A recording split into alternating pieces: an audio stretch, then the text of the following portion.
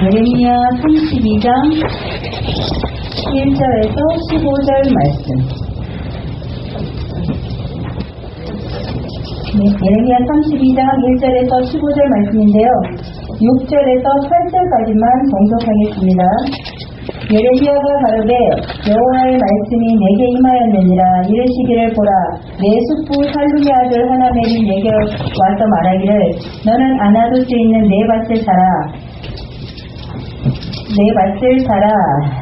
이 기업을 물을 권리가 내게 있느니라 하시더니 여호와의 말씀같이 나의 숙부의 아들 하나멜이 시드에스란 내게로 와서 이르되 청하노니 너는 베냐민 땅 아나돗에 있는 밭을 사라.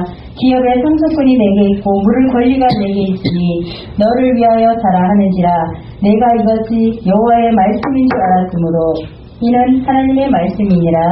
이 시간 제목은 절망 속에서 미래를 바라본 예레미야.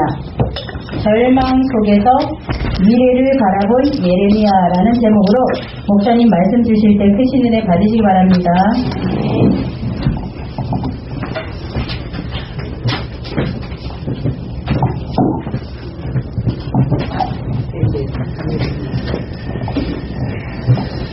네, 감사합니다. 딱 한쪽으로 몰려서 앉으니까 뒤에까지 꽉 차 보여서 이제 말하고 있네요. 이럴 때 코로나가 좋긴 좋군요. 네, 오늘 본문 말씀을 보게 되면요, 예레미야 선지자는 참으로 미래를 내다보고 희망을 잃지 않았으며 오늘을 충실하게 살아갔던 사람임을 알 수가 있습니다. 오늘 본문 말씀은요, 남유다의 마지막 왕 시드기야죠. 그러니까 시드기야 시대에 예레미야 선지자의 예언의 내용과 당시 상황을 적고 있습니다. 본문 1절부터 15절까지인데 읽지는 않으셨지만 1절에 보게 되면요, 유다왕 시드기야 10년에 하나님의 말씀이 예레미야에게 임했다라고 기록하고 있습니다. 그러니까 남유다가 주전 586년에 시드기야 11년 만에 멸망을 당했거든요. 그러니까 오늘 본문 말씀은 시드기야 10년, 그러니까 주전 587년 멸망당하기 1년 전에 예언한 말씀입니다. 그러니까 1년 전에 1년 후의 말씀을 지금 오늘 본문은 예레미야 선지자는 예언을 하고 있는 것이죠. 그 내용을 잠시 살펴보게 되면요, 예레미야는 시드기야 왕에게 예언하기를 시드기야 왕 당신은 바벨론의 느부갓네살 손에서 절대 피할 수 없다라고 예언을 하고 있습니다. 그러니까 1년 후에 그렇게 될 것이다 이렇게 예언을 하고 있는 거죠. 그리고 지금 이 상황에서는 예루살렘을 바벨론 군대가 포위를 하고 있지 않습니까? 이 전쟁은 시드기야 너는 반드시 패하게 되고 그리고 당신은 사로잡혀서 포로로 끌려갈 것을 예언하고 있는 것입니다.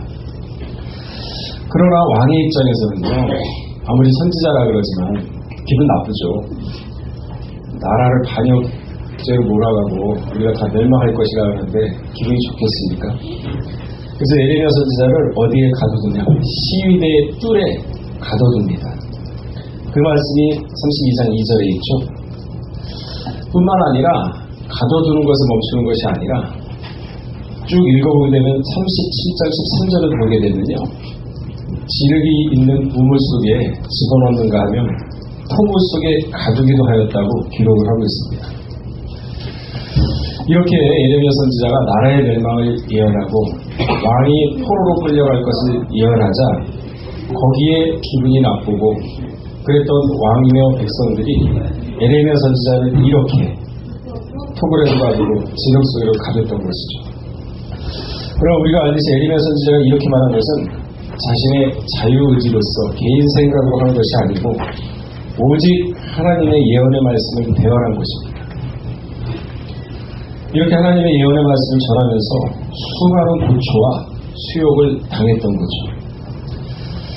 지금 국가와 민족의 멸망을 예언한다고 해서 국민들로부터 생명의 위협까지 받았다고 예레미야 26장 10절에는 기록하고 있습니다. 이러한 관점에서 본다면 예레미야는 참으로 왕과 백성들에게 역적 중의 역적이었습니다.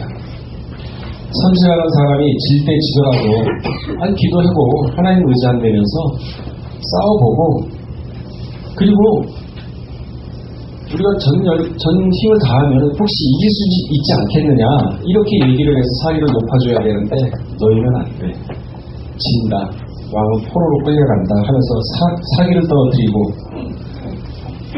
알못할 고난 당할 것을 예언하고 있으니까 백성들이 특히 겁이 됐던 것이죠. 그렇기 때문에 국민들이 들고 일어나서 예레미야를 죽이려고 했던 거죠.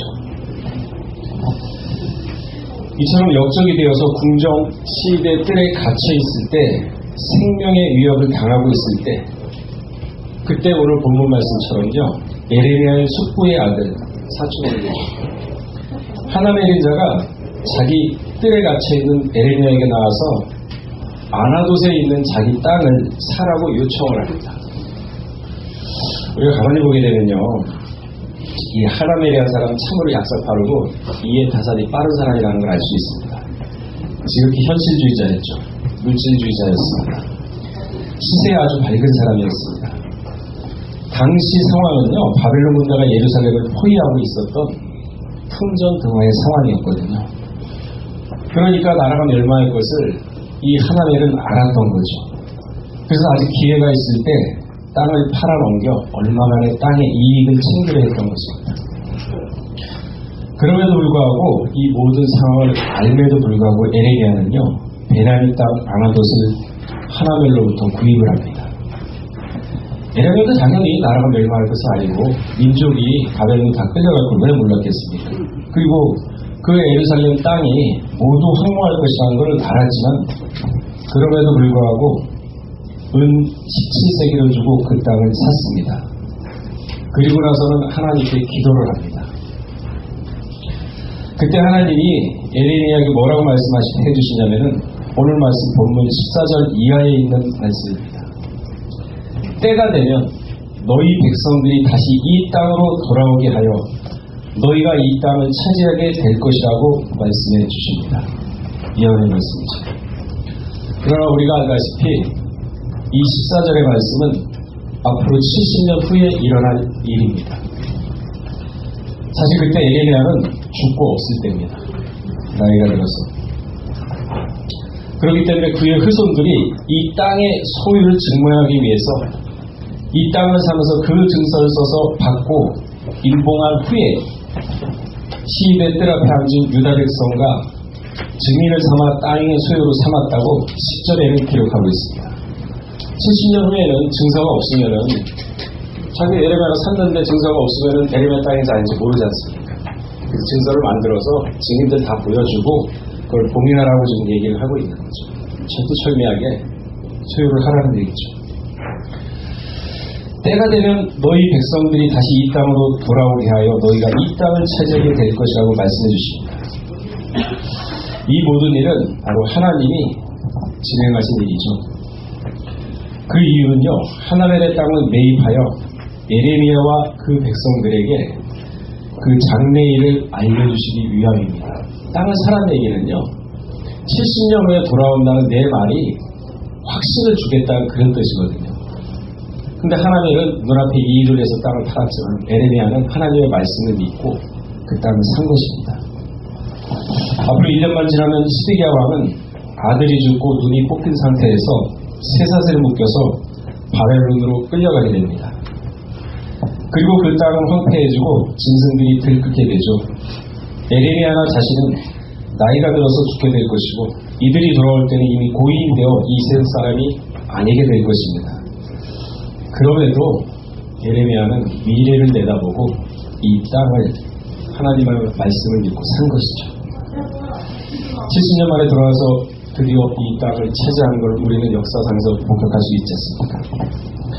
맞습니다. 그리고 시간이 지나서 주전 538년 바사왕 고레스 원년에 예레미야의 예언대로 1차 포로 기한을 하게 됩니다. 하나멜은 땅을 팔면서 순간의 이익을 탐냈지만 예레미야 선지자는 오직 하나님의 말씀을 의지하여 그 땅을 산 것입니다. 예레미야는 미래를 산 것입니다.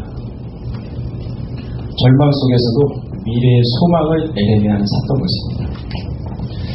여기서 우리가 한 가지 교훈을 얻을 수가 있습니다. 우리 다 같이 베드로전서 1장 17절 한번 읽어보도록 하겠습니다.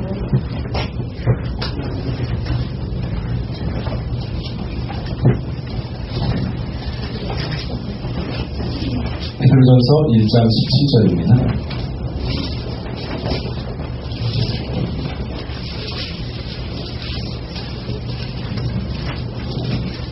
우리 한 목소리로 합성하겠습니다. 시작. 외모로 보지 않고 각 사람의 행위를 이대로 판단하시는 자는 너희가 아버지라 부른즉 너희의 나그네로 있을 때를 두려움으로 지내라. 예, 외모로 보지 않고 각 사람의 행위대로 판단을 하시는 하나님 아버지를 너희는 나그네 있을 때를 두려움으로 지내라 그랬습니다. 두려움으로 지내라. 그렇죠. 저처럼 이렇게 180도 안 되는 무정, 외모로 보지 않으시고 그 사람의 행위로 보시면서 판단하시는 하나님 아버지를 우리가 이 세상에 살아갈 때 나그네로 있을 때라 그러거든요. 그걸. 그래서 하나님은 두려움으로 지내라고 얘기하고 있습니다. 그렇습니다. 우리는 이 세상에 나그네의 인생인 것입니다. 세상에 살지만 우리의 신인권은 그러나 하늘에 있다고 빌립보 3장 20절에는 분명히 말씀하고 있습니다. 그래서 우리에게는 소망이 있습니다. 천국에 대한 소망이 있죠. 이 소망을 잃어버려서는 안 됩니다. 살아가면서 수많은 시련과 고통과 때로는 시험을 받게 됩니다. 그럴 때마다 불평과 불만과 의심의 먹구름이 우리 가슴 속에 밀려올 때도 있습니다. 그리고 피곤할 때도 너무나도 많습니다. 소망을 잃어버리게 하는 일들이 우리 주변에 끊임없이 파도처럼 밀려올 때도 있습니다. 근데 우리가 생각하는 모든 그 불행하고 고난스러운 일이 왠지 모르게 자신에게만 닥치는 그러한 생각이 들 때도 있습니다. 세상이 그래서 때로는 불공평하게 느껴질 때도 있습니다. 그러나 우리가 한 가지 명심할 것은 천국에 대한 소망을 버리고 하나님처럼 미래의 소망을 버리고 현실주의자처럼 살아가고 싶을 때 아마 순간순간 있을 것입니다. 가나안이란 젖과 꿀이 흐르는 땅은 분명히 믿고 나왔고 지금 신앙생활을 하고 있지만 광야 생활이 너무도 힘들고 지루하고 고통스러워 다시 금송아지를 만들어서 애굽으로 돌아가고 싶을 때도 있을 것입니다. 너무 피곤합니다. 가진 것도 없고 백도 없고 홀로 나 같은 사람은 구원이 받을 수 있을까라는 때로는 신앙적으로 영적으로 너무 절망할 때가 있을 때도 많죠. 그래도 우리가 한 가지 알 것은 거지 나사로보다 우리가 100배 낫지 않습니다. 몸에 혼대가 나도 부자가 먹다가 버려진 음식을 땅에서 주워 먹고 그리고 죽어서도 가만히에 버려지는 거지 나사로 결국은 어떻게 됐습니까? 아브라함 품에 안겼죠. 절대 희망과 절대 소망을 잃어서는 안 되겠습니다. 로마서 8장 24절에 뭐라고 얘기하고 있습니까? 우리가 소망으로 구원을 얻었으니 보이는 소망이 소망이 아니니 보는 것을 누가 바라리요. 하나님은 분명히 당신을 찾는 자에게 다가오신다고 했습니다. 시편 14편 2절이 그 말씀이 있죠. 여호와께서 하늘에서 인생을 굽어살피사 지각이 있어 하나님을 찾는 자가 있는가 보려 하신지. 하나님이 땅을 쳐다보니까 사람들이 하나님을 찾는 자가 있나 없나 그 마음과 속을 들여다보니까 많지 않다는 거죠. 시편 53편 2절에도요. 하나님이 하늘에서 인생을 굽어살피사 지각이 있는 자와 하나님을 찾는 자가 있는가 보려 하신지요. 그러니까 항상 우리가 말씀을 사모하고 말씀에서 떠나지 않고 1분 1초 범사의 주를 인정하라 그리하면 내 길을 지도하시리라 그랬습니다. 1분 1초 떠나지 않고 하나님께 영으로서 기도하고 마음으로 기도하면서 살아갈 때 그게 바로 하나님이 당신을 찾는 사람을 보는 것이거든요. 살다 보면은 아까 얘기했듯이 광야 생활이 힘들고 금송아지 만들어 다시 애굽으로 돌아갈까 하는 그러한 마음이 들 때도 있습니다. 삶이 사실 피곤하거든요. 그래서 시편 90편 10절에 뭐라 그랬습니까? 모세가 강건하면 80인데 수고와 슬픔뿐이라고 했거든요. 이게 인생의 본질이에요. 재림 전까지는 이 인생은 그대로 갑니다. 갈라디아 6장 9절에 뭐라 그랬습니까? 우리가 선을 행하되 낙심하지 말지니 피곤치 아니면 때가 이르매 거두리라 그랬습니다. 다 피곤하니까 중간에 좌절하고 피곤하니까 중간에 후퇴하고 그래서 그러거든요. 그러니까 하나님 같이 살면 안 되죠. 우물 속에 들어가고 토굴 속에 들어가도 미래를 소망했던 에레미야. 이게 우리의 삶의 모습이거든요. 때가 이르면 거두리라 그랬습니다. 오늘 우리 4대 교구 여성교회도 2022년에라는 새로운 미지의 세계를 선물 받았습니다. 이제 항해의 첫 발을 내딛고자 합니다. 앞으로의 항해길에 어떠한 일들이 일어날지 우리는 알 수가 없습니다. 가다 보면은 배를 운행해서 가다 보면은 희망의 파도가 우리에게 닥쳐올 수도 있고 반대로 절망과 고난의 파도가 올 수도 있습니다. 그러나 우리가 한 가지 알 것은요. 전도서 7장 14절을 보시게 되면요. 이걸 찾아서 한번 읽어봅시다. 전도서 7장 14절.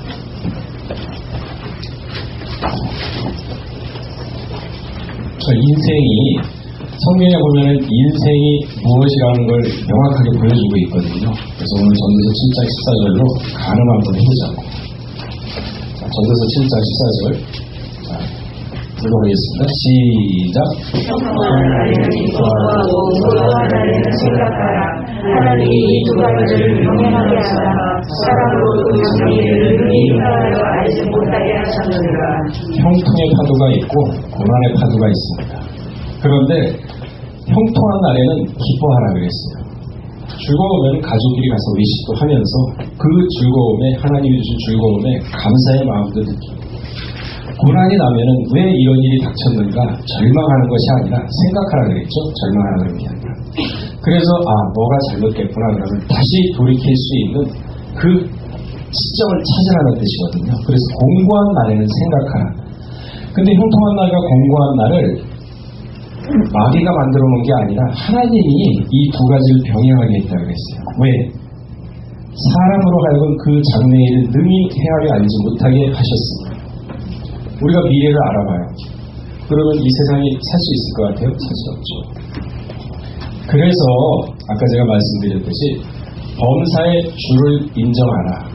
그래야만 내 길을 지도하시기라 했습니다. 이게 인생이거든요. 그래서 오늘 우리 4대교구 여성교회 회원님들께서도 올 22년도에는 잠언서 3장 5절에서 6절 말씀처럼 범사의 주의 길을 인정하면서 각자의 길을 하나님으로부터 지도받고 올 한 해 연초의 시작함으로 말미암아 연말에 가서는 더욱더 성숙된 자기 내면의 모습 하나님의 일이 아니라 미래를 샀던 에레미야의 모습으로 살아가실 때 만사형통의 축복을 받고 그리고 진정으로 하나님께 성숙의 모습으로 한 단계 거룩한 믿음의 자신을 건축하는 모두가 되시기를 주의 이름으로 축원하겠습니다. 다시 기도하겠습니다.